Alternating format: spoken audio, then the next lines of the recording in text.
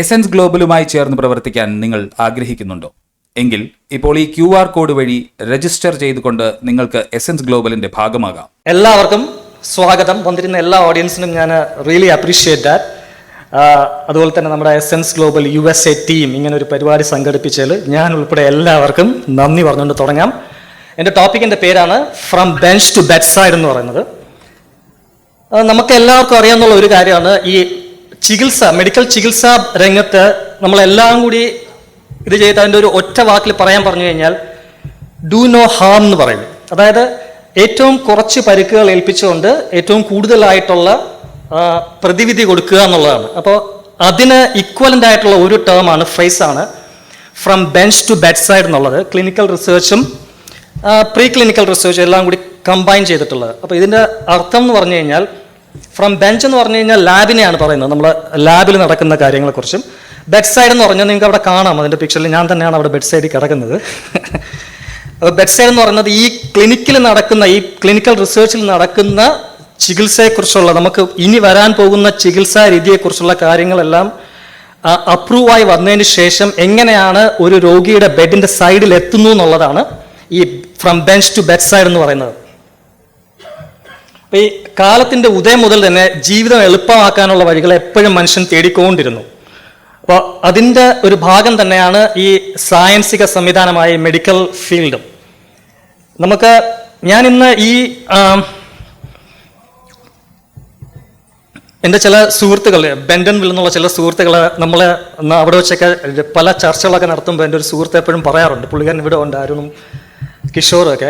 അതായത് നമ്മളൊരു ഉൽപ്പന്നം ഒരു സമൂഹത്തിലോട്ട്, ഒരു പൊതു ഇടത്തിലോട്ട് വയ്ക്കുമ്പോൾ അത് സ്വീകരിക്കപ്പെടാതെ വരികയാണെന്നുണ്ടെങ്കിൽ അതിനവിടെ ഡിമാൻഡ് ഇല്ല എന്നുള്ളതാണ് അതിൻ്റെ അർത്ഥം.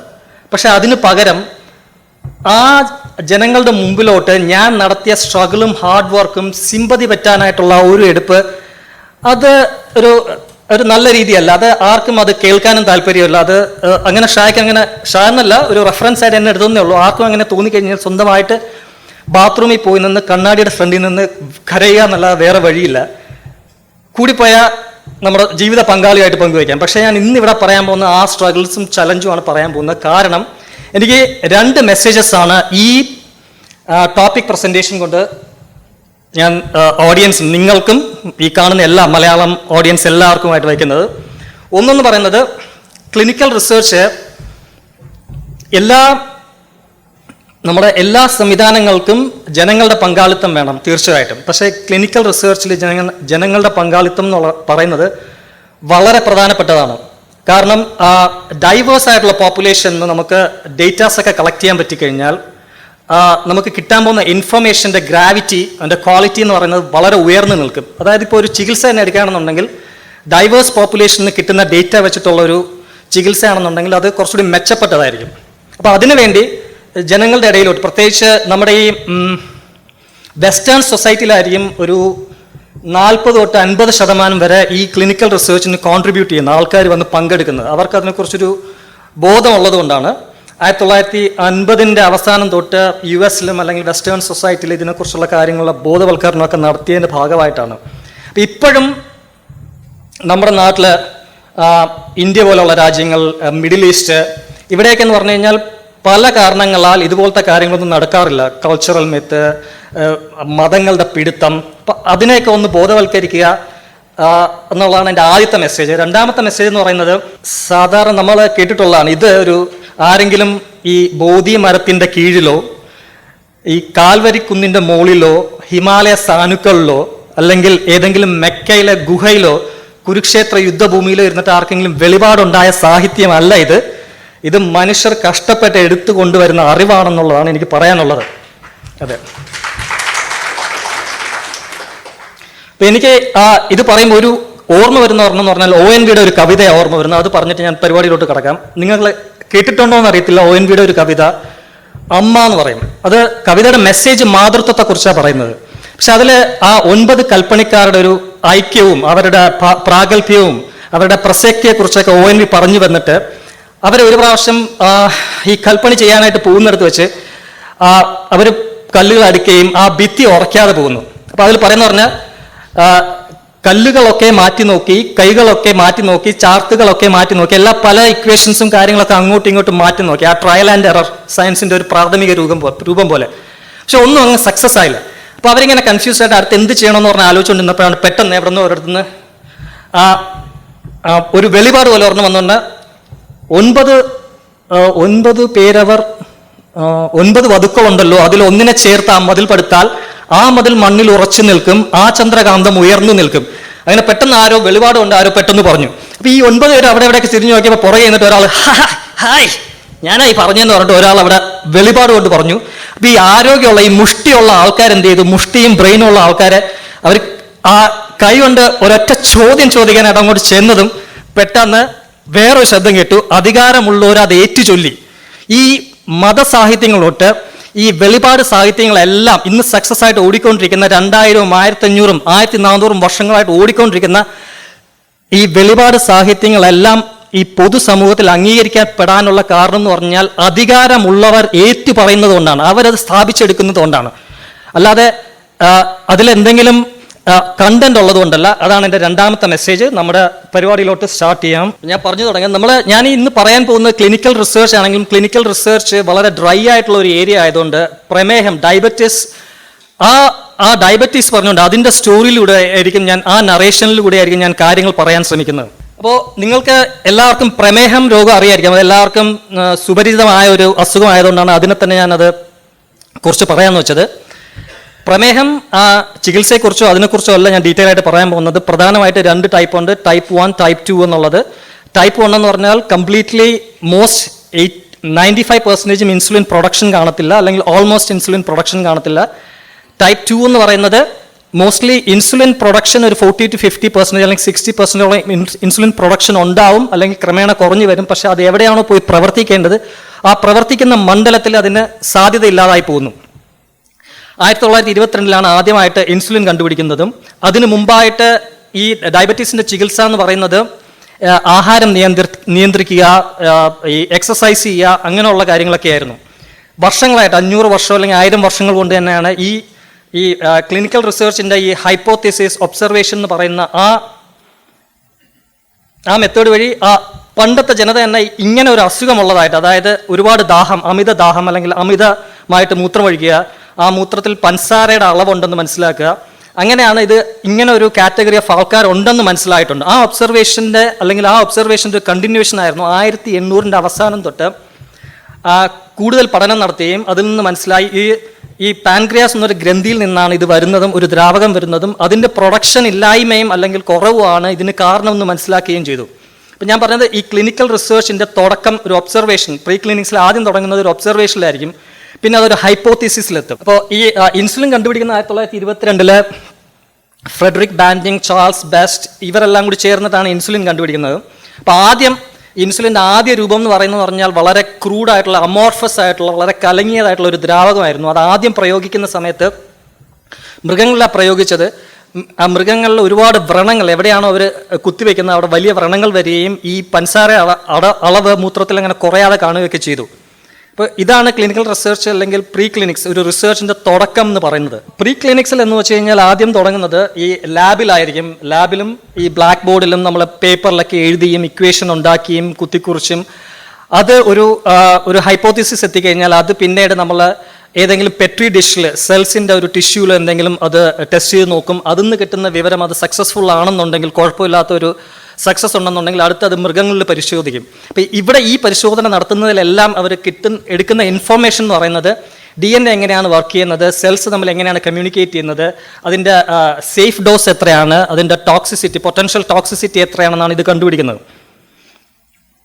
ഈ പ്രീ ഇൻസുലിൻ എറയിൽ ആക്ച്വലി നമ്മൾ ഈ ഒരു രോഗിക്ക്, അതായത് ടൈപ്പ് 1 രോഗി വന്നാൽ കൂടുതലും പിള്ളേരിലാണ് വരുന്നത്, കൊച്ചുകുട്ടികളിൽ. അവർക്കൊരു 6 മാസം തൊട്ട് 2 വർഷത്തിനകത്ത് മരണം ഉറപ്പായിരുന്നു. അത് ചിലപ്പോൾ 5-6 ദിവസത്തിൽ മരിക്കാം, ചിലപ്പോൾ 1 മാസത്തിൽ മരിക്കാം. എന്നാലും ഒരു ആവറേജ് ഈ ഒരു കണക്കായിരുന്നു ഈ ഡയബറ്റീസ് അസുഖം ഉള്ളവരുടെ ഒരു മരണനിരക്ക് എന്ന് പറയുന്നത്. അപ്പോൾ അതിൽ നിന്നാണ് നമ്മൾ ഇത്രയും സഞ്ചരിച്ച് ദൂരം വന്നു. ഇന്ന് ഡയബറ്റീസ് ഉള്ള ഒരാൾക്ക് ക്വാളിറ്റി ഓഫ് ലൈഫ് തന്നെ ഏറ്റവും ഉയർന്ന നിലയിൽ തന്നെ കീപ്പ് ചെയ്തുകൊണ്ട് അവർക്ക് ജീവിതം ഏറ്റവും ആവറേജ് ലൈഫ് എക്സ്പെക്റ്റൻസി വരെ എത്താനുള്ള ഇപ്പോൾ ഒരു സാധ്യത ഉള്ളതാണ്. അപ്പോൾ ആദ്യമായിട്ട് ഇപ്പം നമ്മൾ ആദ്യം എങ്ങനെയാണ് ഈ ക്ലിനിക്കൽ റിസർച്ചിൽ ഓരോന്ന് റൂൾ ഔട്ട് ചെയ്യുന്നത്, ഒന്ന് ട്രൈ ചെയ്തു, പിന്നെ അത് വർക്ക് ചെയ്യുന്നില്ല എന്ന് കണ്ടു. ഫോർ എക്സാമ്പിൾ, ആദ്യം ഓറൽ റൗട്ട് വഴി വഴിയുള്ള മരുന്ന് കൊടുത്തു നോക്കി ഈ ദ്രാവകം. അപ്പോൾ അത് പ്രവർത്തിക്കുന്നില്ല എന്ന് മനസ്സിലായപ്പോൾ അവരത് കംപ്ലീറ്റ്ലി മാറ്റിവെച്ചു എന്ന് പറഞ്ഞാൽ അത് തള്ളിക്കളഞ്ഞിട്ടില്ല, മാറ്റിവെച്ചിട്ടേ ഉള്ളൂ. ഇനി എപ്പോഴെങ്കിലും പിന്നീട് ഭാവിയിൽ വേണമെന്നുണ്ടെങ്കിൽ. എന്നിട്ട് അതിൻ്റെ ഫൈൻഡിങ്സും കാര്യങ്ങളും എല്ലാം അവർ നോട്ട് ചെയ്ത് വെച്ചു. പിന്നെ രണ്ടാമത് ഹൈപ്പോഡെർമിക് എന്ന് പറഞ്ഞു കഴിഞ്ഞാൽ നമ്മുടെ ഈ തൊലിയുടെ കീഴിലായിട്ടുള്ള കുത്തിവെക്കുന്നത് നോക്കി. പിന്നെ പാരാഎൻട്രൽ എന്ന് പറഞ്ഞു കഴിഞ്ഞാൽ ഡയറക്ട്ലി നമ്മുടെ IV ബ്ലഡിലോട്ട് മരുന്ന് കൊടുക്കുന്നത് നോക്കി. അപ്പോൾ ഈ ബ്ലഡിലോട്ട് മരുന്ന് കൊടുക്കുന്നതിൽ ഒരുപാട് വ്യത്യാസം കാണാൻ തുടങ്ങിയപ്പോൾ അവർ അത് വെച്ച് കണ്ടിന്യൂ ചെയ്യാൻ തുടങ്ങി. അതായിരുന്നു ആദ്യമായിട്ട് ഇൻസുലിൻ പ്രയോഗിക്കാൻ എടുത്ത മാർഗം എന്ന് പറയുന്നത്. എല്ലാ ഡ്രഗ്സും എല്ലാ ഡിവൈസസും ഈ ക്ലിനിക്കൽ റിസർച്ചിൻ്റെ പാതയിലൂടെ കടന്നു പോയിട്ടാണ് അത് മാർക്കറ്റിലെത്തുന്നത്. ഇപ്പോൾ ഒരു പ്രോഡക്റ്റ് അല്ലെങ്കിൽ ഒരു ഡ്രഗോ ഒരു ഡിവൈസസോ മാർക്കറ്റിലെത്താനായിട്ട് ഏകദേശം 12 തൊട്ട് 20 വർഷം വരെ എടുക്കും. അപ്പോൾ ഇതിൽ ഒരു കണക്ക് പ്രകാരം പറയുകയാണെന്നുണ്ടെങ്കിൽ ഒരു 40,000-ഓളം മോളിക്യൂൾസ് അല്ലെങ്കിൽ ഡിവൈസസ് എല്ലാം കൂടി കമ്പൈൻ ചെയ്തിട്ട് ആദ്യം ഒരു ലാബല്ല, ലോകത്തുള്ള എല്ലാ ലാബിലുമായിട്ട് ഒരു സമയത്ത് 40,000 മോളിക്യൂൾസോ എന്തെങ്കിലും കമ്പോണൻസ് വന്നു കഴിഞ്ഞാൽ അത് മാർക്കറ്റിലെത്തുന്ന 4 എണ്ണം മാത്രമായിരിക്കും.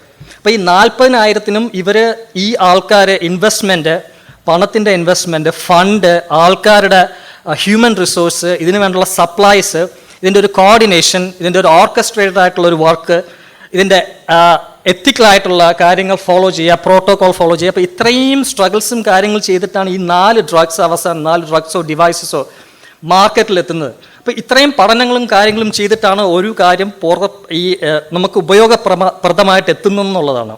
ആദ്യം നമ്മുടെ ഈ ക്ലിനിക്കൽ റിസർച്ചിൽ ആദ്യം വേണ്ടതെന്ന് പറഞ്ഞു കഴിഞ്ഞാൽ ഇൻഫോംഡ് കൺസെൻ്റ് ആണ്.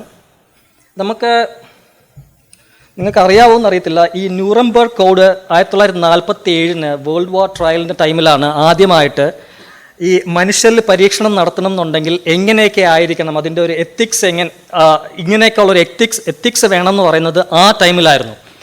കാരണം ഈ നാസി ജർമ്മനിയിൽ ഒരുപാട് ഫിസിഷ്യൻസും ഡോക്ടേഴ്സും ഈ മനുഷ്യത്വരഹിതമായിട്ടുള്ള പരീക്ഷണങ്ങൾ നടത്തിയതിൻ്റെ കാരണമാണ്. പക്ഷെ നമ്മൾ ഈ ന്യൂറംബർഗ് വാർ ട്രയലിൻ്റെ ടൈമിൽ എല്ലാ കുറ്റങ്ങളും ചെയ്തത് നാസി മാത്രമാണെന്ന് പറഞ്ഞിട്ടാണ് നമ്മളത് മുന്നോട്ട് പോകുന്നത്. അത് എങ്ങനെയായാലും കൂടിയും കുറഞ്ഞും പലയിടത്തും ഈ കുറ്റങ്ങളും കാര്യങ്ങളും സംഭവിച്ചിട്ടുണ്ട്. പക്ഷെ അതിനുശേഷമാണ്, ന്യൂറംബർഗ് കോഡിന് ശേഷമാണ് നമ്മൾ ഒരു കരട് രേഖ അല്ലെങ്കിൽ ഒരു രൂപരേഖ തയ്യാറുന്നതും ഒരു സ്ട്രക്ചറൽ ഡോക്യുമെൻറ്റ്സ് ഒക്കെ ഫോം ചെയ്യുന്നത്. അപ്പോൾ അതിൽ പ്രധാനമായിട്ട് ആ ന്യൂറംബർഗ് കോഡിൽ വരുന്നത് പറഞ്ഞാൽ ഇൻഫോംഡ് കൺസെൻ്റ് ആയിരിക്കണം. ആ പാർട്ടിസിപ്പേറ്റ് ചെയ്യാൻ വരുന്ന വ്യക്തിയെ കൃത്യമായിട്ട് കാര്യങ്ങൾ പറഞ്ഞ് മനസ്സിലാക്കിയിരിക്കണം. വോളണ്ടറി ആയിരിക്കണം. ആ വ്യക്തി സ്വയമേവ വരുന്നതായിരിക്കണം. ഒരു ബാഹ്യ പ്രേരണയും പാടില്ല എന്നുള്ളതാണ്. പിന്നെ രണ്ടാമെന്ന് പറഞ്ഞാൽ ഏറ്റവും മിനിമൽ റിസ്ക് ആയിരിക്കണം, കൂടുതലായിട്ടുള്ള ബെനിഫിറ്റ്സ് ഉണ്ടാവണം എന്നുള്ളതാണ്. പിന്നെ അതിനുശേഷം US-ലായാലും ലോകമെമ്പാടും അതിൽ നിന്ന് ഊർജം ഉൾക്കൊണ്ടിട്ടാണ് അതിൻ്റെ ബാക്കിയുള്ള എത്തിക്കൽ എങ്ങനെയൊക്കെ ആയിരിക്കണം നമ്മുടെ ക്ലിനിക്കൽ റിസർച്ച് ഫങ്ഷൻ ചെയ്യേണ്ടതെന്നുള്ള ഡോക്യുമെൻ്റ് ഒക്കെ ഫോം ചെയ്തത്. ഇപ്പോൾ US-ലാണെങ്കിൽ ബെൽമോണ്ട് റിപ്പോർട്ട്, വേൾഡിലൊക്കെ ബെൽമോണ്ട് റിപ്പോർട്ട്, US-ലാണെങ്കിൽ ഹെൽസിങ്കി. അപ്പോൾ ആദ്യം ഇൻഫോംഡ് കൺസെൻ്റ് എന്ന് പറഞ്ഞു കഴിഞ്ഞാൽ വരുന്ന പാർട്ടിസിപ്പൻ്റ് നമ്മൾ വ്യക്തമായിട്ട് എല്ലാ കാര്യങ്ങളും പറഞ്ഞ് മനസ്സിലാക്കുക. ഇന്ന മരുന്നാണ് നമ്മൾ ഇത് ട്രൈ ചെയ്യാൻ പോകുന്നത്, ആ മരുന്നിന് ഇന്ന ദോഷങ്ങളുണ്ട്, ഇന്ന അഡ്വാൻറ്റേജസ് ഉണ്ടെന്ന് പറഞ്ഞ് മനസ്സിലാക്കുക. നമ്മുടെ സാധാരണ ഒരു ബ്ലഡ് ഗ്ലൂക്കോസ് ലെവൽ ഒരു ആവറേജ് ഒരു 70 തൊട്ട് 110 വരെയാണ്. ഈ 1922 തൊട്ട് ഞാനിപ്പോൾ ലേറ്റസ്റ്റ് ആയിട്ട് എൻ്റെ ഒരു റിസർച്ച് മെറ്റീരിയൽസ് വായിച്ചപ്പോഴാണ് അതൊന്ന് ചില സെൻറ്റൻസ് മാത്രം ഇങ്ങനെ അടർത്തി മാറ്റുമ്പോൾ പറ്റുന്നതെന്ന് വെച്ച് കഴിഞ്ഞാൽ ഇത് ഈ സമാന്തര ചികിത്സാ രംഗത്ത് വളരെ അവർക്കൊക്കെ ഉപയോഗപ്പെടുന്ന രീതിയിൽ ആ കോണ്ടാക്ട്സ് നടത്തി മാറ്റുമ്പോൾ അത് ഒന്നെന്ന് പറഞ്ഞു കഴിഞ്ഞാൽ ഈ നമ്മുടെ ഈ 70 തൊട്ട് 110 എന്ന് പറയുന്ന ഈ നമ്പറിൽ ശരീരം സ്വയമേവ പ്രൊഡ്യൂസ് ചെയ്യുന്ന ഇൻസുലിൻ ആണെന്നുണ്ടെങ്കിൽ അത് നിരന്തരം ആ ഒരു റേഞ്ചിലായിരിക്കും. അതിൻ്റെ റിക്വയർമെൻറ്റ് അനുസരിച്ച്, ഡിമാൻഡ് ആൻഡ് സപ്ലൈ അനുസരിച്ച് അത് കറക്റ്റായിട്ട് ഫങ്ഷൻ ചെയ്തു പോകും. പക്ഷേ ഈ ഡയബറ്റീസിന് ക്യൂറില്ല, അതിന് ചികിത്സിച്ച് ഭേദമാക്കാൻ പറ്റത്തില്ല. പക്ഷേ അത് നമുക്ക് അതിൻ്റെ ലക്ഷണങ്ങളും കാര്യങ്ങളും കുറച്ചും അതിൻ്റെ തീവ്രത കുറച്ചും നമുക്ക് മെരുക്കി കുറച്ചുകൂടി നിയന്ത്രിച്ച് കൊണ്ടുപോകാൻ പറ്റുന്നേ ഉള്ളൂ. അപ്പോൾ ഈ ആദ്യ കാലഘട്ടങ്ങളിലൊരു ഡയബറ്റീസ് ഉണ്ടായിരുന്ന ഒരു വ്യക്തിക്ക് ഒരു 5-6 വർഷം ജീവിക്കാൻ പറ്റുന്ന വ്യക്തി പതുക്കെ ഗ്രാജുവലി ഓരോ തലമുറ കഴിയും തോറും അത് കൂടി ഏകദേശം ഇപ്പോൾ ആവറേജ് നമ്മുടെ ലൈഫ് എക്സ്പെക്റ്റൻസി എവിടെയാണോ അതുവരെ എത്തിയിട്ടുണ്ട്. അപ്പോൾ ഇതിൽ ഇവർ ആ പിക്ക് ചെയ്യുന്ന ലൈൻ എന്ന് പറഞ്ഞു കഴിഞ്ഞാൽ, അപ്പോൾ അതിൽ പുതിയൊരു മരുന്ന് വരുമ്പോൾ ആ പ്രോട്ടോക്കോളിൽ പറഞ്ഞിട്ടുണ്ടാവും ഈ തൊട്ട് മുമ്പ് നടന്ന ഈ മരുന്നുകളുടെ ദോഷം എന്തൊക്കെയാണെന്ന് പിക്ക് ചെയ്തിട്ടുണ്ടാവും. അതായത് ഇപ്പോൾ ഇൻസുലിൻ അധികമായിട്ട് യൂസ് ചെയ്തുകൊണ്ട് ഇങ്ങനെ ഹാർട്ടിന് പ്രശ്നം ഉണ്ടായിട്ടുണ്ട്, ഈ നാഡീ ഞരമ്പുകൾക്ക് പ്രശ്നം ഉണ്ടായിട്ടുണ്ട്. അപ്പം ഇത് മാത്രമായിട്ട് പിക്ക് ചെയ്തിട്ട് അവർ പറയും അത് കണ്ടോ ഇൻസുലിൻ്റെ ഉപയോഗം കാരണം ഇങ്ങനെയൊക്കെ ഉള്ള ബുദ്ധിമുട്ടുണ്ടെന്ന് അവർ തന്നെ പറഞ്ഞിട്ടുണ്ടെന്ന്. അപ്പോൾ അതാണ് ഈ ചെറി പിക്കിംഗ് എന്ന് പറയുന്നത്. ഞാൻ നേരത്തെ പറഞ്ഞു സ്ക്രീനിങ് ആ ഇൻഫോംഡ് കൺസെൻറ്റിൽ ഏകദേശം ഒരു പാർട്ടിസിപ്പൻറ്റിനെ നമ്മൾ ആ ക്ലിനിക്കിലോട്ട് എത്തിച്ചു കഴിഞ്ഞാൽ നമ്മൾ ആദ്യം ഈ അഡ്വർടൈസ്മെൻറ്റ് വഴി, പത്രങ്ങൾ വഴി, സോഷ്യൽ മീഡിയാസ് വഴി ഏതൊക്കെ വഴിയാണോ അവർക്ക് എത്തിക്കാൻ പറ്റുന്നത്, അതിനുശേഷം ഒരു പാർട്ടിസിപ്പൻറ്റിനെ അവിടെ എത്തിച്ചു കഴിഞ്ഞാൽ ഒരു 1.5-2 മണിക്കൂറാണ് ഇൻഫോംഡ് കൺസെൻറ്റ് മൊത്തം അവർക്ക് പറഞ്ഞ് മനസ്സിലാക്കി കൊടുക്കേണ്ടത്. അതിൽ ഒന്ന് അവർക്ക് ആദ്യമേ ഇൻഫോംഡ് കൺസെൻറ്റ് കൺസെൻറ്റായിട്ട് കൊടുത്തിട്ടുണ്ടാവും. രണ്ടാമത് അവർ വരുമ്പോൾ ഒന്നുകൂടി എല്ലാം ഇരുന്ന് ഒരുമിച്ച് വായിച്ച് മനസ്സിലാക്കി കൊടുക്കണം. അതിനുശേഷം അവർക്ക് എന്തെങ്കിലും കൺസേൺസ് ഒക്കെ ഉണ്ടെന്നുണ്ടെങ്കിൽ അത് അഡ്രസ്സ് ചെയ്യുക എന്നുള്ളതാണ്. ഇവിടെ US-ൻ്റെ ഹയർ അതോറിറ്റി, അതിൻ്റെ റെഗുലേറ്ററി അതോറിറ്റി എന്ന് പറയുന്ന FDA, നമ്മുടെ നാട്ടിലെന്ന് പറഞ്ഞാൽ CDSCO ആണ്, central drug standard council organisation എന്ന് പറഞ്ഞിട്ട്. പിന്നെ IRB IEC എന്ന് പറഞ്ഞാൽ ഇതിൻ്റെ എത്തിക്കൽ ബോർഡാണ്, ഇൻസ്റ്റിറ്റ്യൂഷണൽ റിവ്യൂ ബോർഡും ഇത് ഇൻ്റർനാഷണൽ എത്തിക്കൽ കമ്മിറ്റിയും. അപ്പോൾ അവർക്ക് കാലങ്ങളനുസരിച്ച് ഓരോ സമയങ്ങളിലും കാലഘട്ടങ്ങളിലനുസരിച്ച് അതത് എന്തൊക്കെയാണോ പോരായ്മകൾ തൊട്ടു മുമ്പുണ്ടായിരുന്നത് അതിൽ മാറ്റം വരുത്തി, അതിൽ അമെൻഡ് ചെയ്ത് പുതിയ പ്രോട്ടോക്കോൾ, അത് ചിലപ്പം മാസത്തിൽ ഒരു പ്രാവശ്യം, മന്ത്ലി ബേസിസിലായിരിക്കാം, അതൊരു വീക്ക്ലി ബേസിസിലായിരിക്കാം, ചിലപ്പോൾ ഡെയിലി ബേസിസിൽ നമുക്ക് ഈ ക്ലിനിക്കൽ റിസർച്ചിൽ വർക്ക് ചെയ്യുന്ന എന്നെ പോലുള്ള വ്യക്തികൾക്ക് അത് നിരന്തരം ഇത് അമെൻഡ് ചെയ്തുകൊണ്ടിരിക്കണം. ഈ ഓരോ പ്രോട്ടോക്കോൾ വരുമ്പോഴും ഇത് പഠിച്ച് അതിൻ്റെ ട്രെയിനിങ് എടുക്കേണ്ട ആവശ്യവും നമുക്കുണ്ട്. അപ്പോൾ ഓരോ പ്രാവശ്യവും ഇതിനു വേണ്ടി നമ്മൾ ട്രെയിനിങ് എടുത്ത് സർട്ടിഫിക്കറ്റ് കിട്ടി മാത്രമേ നമുക്ക് ആ ക്ലിനിക്കൽ ട്രയൽ മുമ്പോട്ട് പോകാൻ പറ്റത്തുള്ളൂ. അത് ഒരാൾക്കല്ല, അവിടെ വർക്ക് ചെയ്യുന്ന എല്ലാവരും.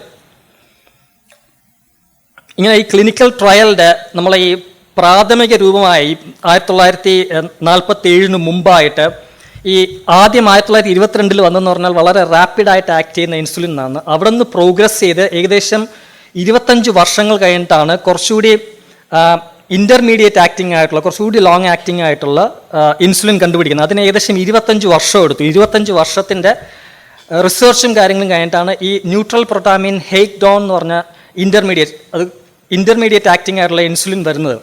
അപ്പോൾ ഈ റാപ്പിഡ് ആക്ടിങ് ഇൻസുലിൻ്റെ ഒരു പോരായ്മ എന്ന് വെച്ച് കഴിഞ്ഞാൽ നമ്മൾ ഒരു പ്രാവശ്യം കൊടുത്തു കഴിഞ്ഞാൽ ഏകദേശം അതൊരു 30 മിനിറ്റ് അതിൻ്റെ പീക്ക് പ്രവർത്തനവും അതിനുശേഷം ഒരു 2 മണിക്കൂർ വരെയെങ്കിലും കാണും അതിൻ്റെ ഒരു പ്രവർത്തനം. അത് കഴിഞ്ഞാൽ പിന്നെയും താഴെ പോകും. അപ്പോൾ എല്ലാ 2 മണിക്കൂറോ 3 മണിക്കൂറോ കൂടുമ്പം ആ ഒരു ഇഞ്ചക്ഷൻ കൊടുത്തുകൊണ്ടിരിക്കണം.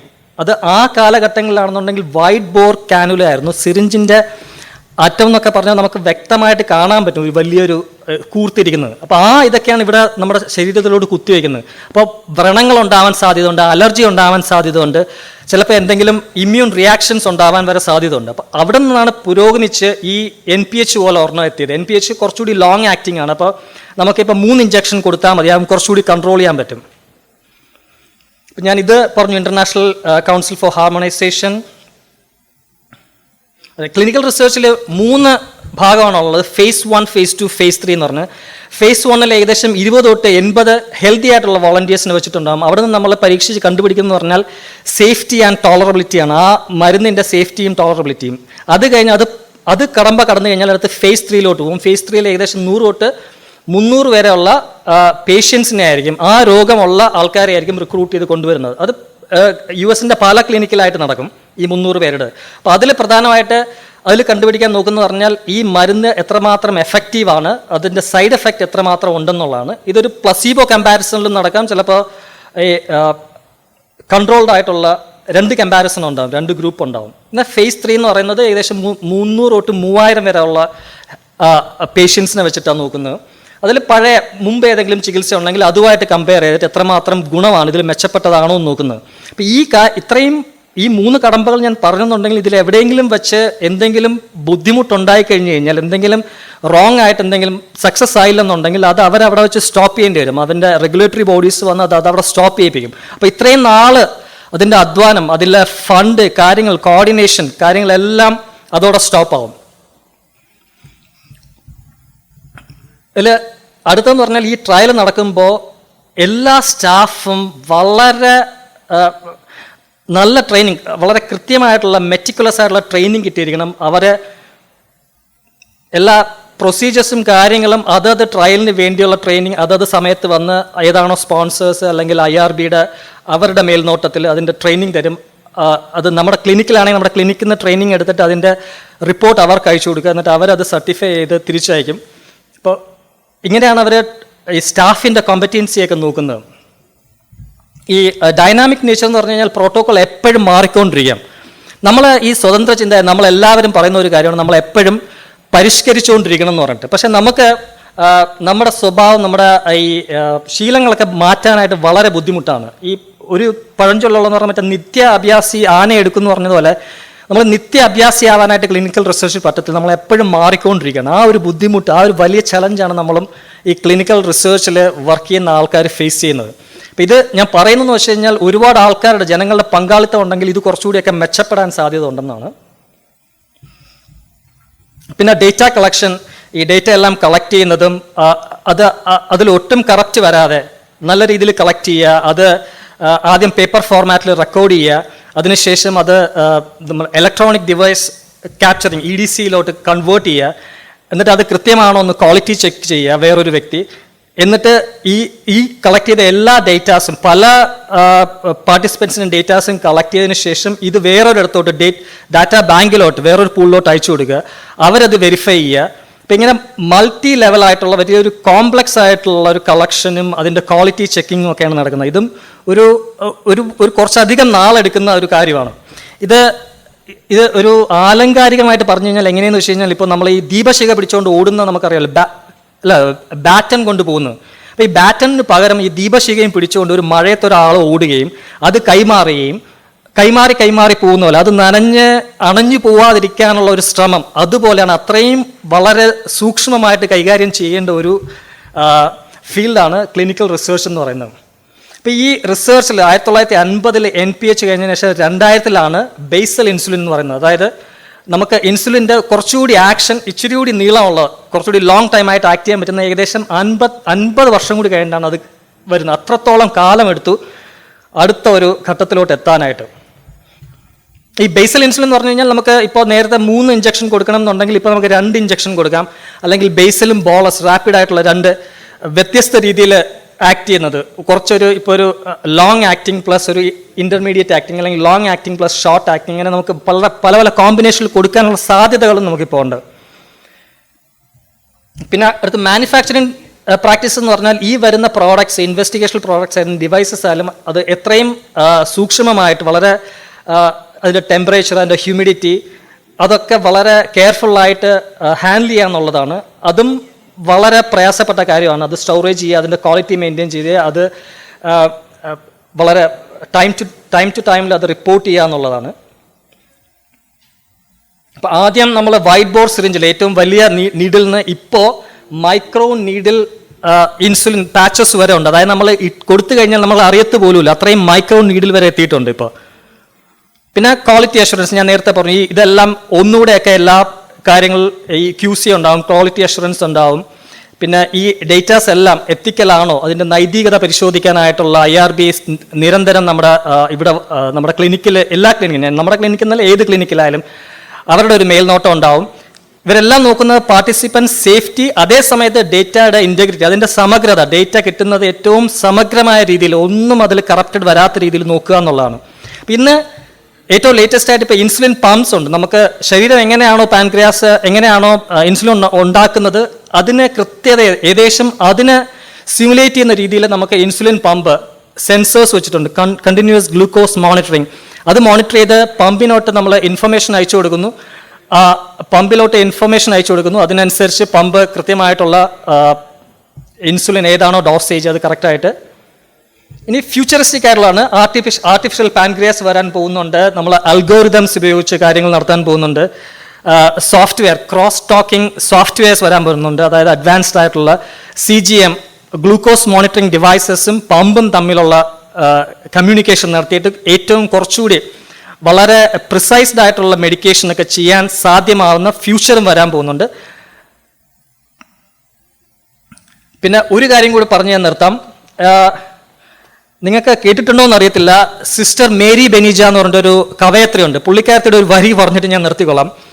അതായത് സമർത്ഥനായ സീസറും പ്രസിദ്ധനായ ഹോമറും സമത്വമറ്റ സോളമൻ തുടങ്ങിയുള്ള വിജ്ഞരും അമർന്നുപോയി കാലചക്ര വിഭ്രമത്തിലെങ്കിലീ നമുക്ക് പിന്നെ എന്തു ശങ്ക, മാറ്റമൊന്നുമില്ലതിൽ.